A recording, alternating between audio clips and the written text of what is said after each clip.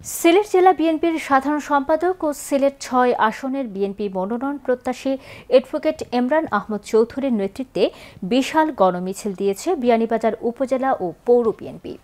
তারেক রহমান ঘোষিত রাষ্ট্র মেরামতের ৩১ দফার প্রচারণায় এই মিছিল অনুষ্ঠিত হয়।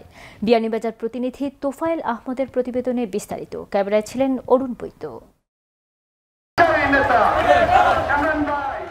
অবহেলিত জনপদকে একটা স্মার্ট বিয়ানীবাজার হিসেবে আমরা করতে চাই। সিলেট জেলা বিএনপির সাধারণ সম্পাদক ও সিলেট ৬ আসনের বিএনপির মনোনয়ন প্রত্যাশী অ্যাডভোকেট এমরান আহমদ চৌধুরীর নেতৃত্বে বিয়ানীবাজার উপজেলা দীর্ঘ ১৭ বছর পর বিশাল লোকসমাগম প্রত্যক্ষ করল। বিএনপির ভারপ্রাপ্ত চেয়ারম্যান তারেক রহমান ঘোষিত রাষ্ট্র মেরামতের ৩১ দফার পক্ষে জনমত গঠনের লক্ষ্যে বিয়ানীবাজার উপজেলা ও পৌর বিএনপির যৌথ উদ্যোগে আয়োজিত গণমিছিলে বিপুল সংখ্যক নেতাকর্মী উপস্থিত ছিলেন। বৃহস্পতিবার দলীয় নেতাকর্মী ও সাধারণ মানুষের স্বতঃস্ফূর্ত উপস্থিতিতে গণমিছিলটি উত্তর বাজার থেকে শুরু হয়ে দক্ষিণ বাজারে পথসভাস্থলে শেষ হয়। গণমিছিল পরবর্তী আলোচনা সভায় প্রধান অতিথির বক্তব্য রাখেন সিলেট জেলা বিএনপির সাধারণ সম্পাদক ও সিলেট ৬ আসন থেকে সম্ভাব্য সংসদ সদস্য পদপ্রার্থী অ্যাডভোকেট এমরান আহমদ চৌধুরী। প্রধান অতিথি তার বক্তব্যে বলেন, রাষ্ট্র কাঠামো মেরামতের ৩১ দফা নতুন বাংলাদেশ বিনির্মাণের এক সুস্পষ্ট রূপরেখা। তিনি বিয়ানীবাজার গোলাপগঞ্জে একটি স্মার্ট এলাকা হিসেবে গড়ে তুলতে চান।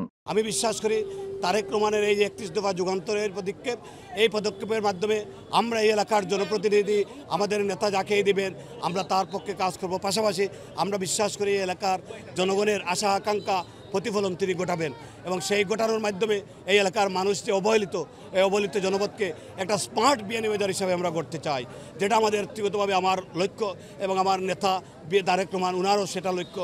বাংলাদেশে একটি আধুনিক বাংলাদেশ হিসাবে, আলোকিত বাংলাদেশ হিসাবে গড়বেন এবং আমরা এই উপজেলাকে একটা স্মার্ট এবং অত্যন্ত স্বাবলম্বী এবং অত্যন্ত উন্নত একটা উপজেলা করতে চাই।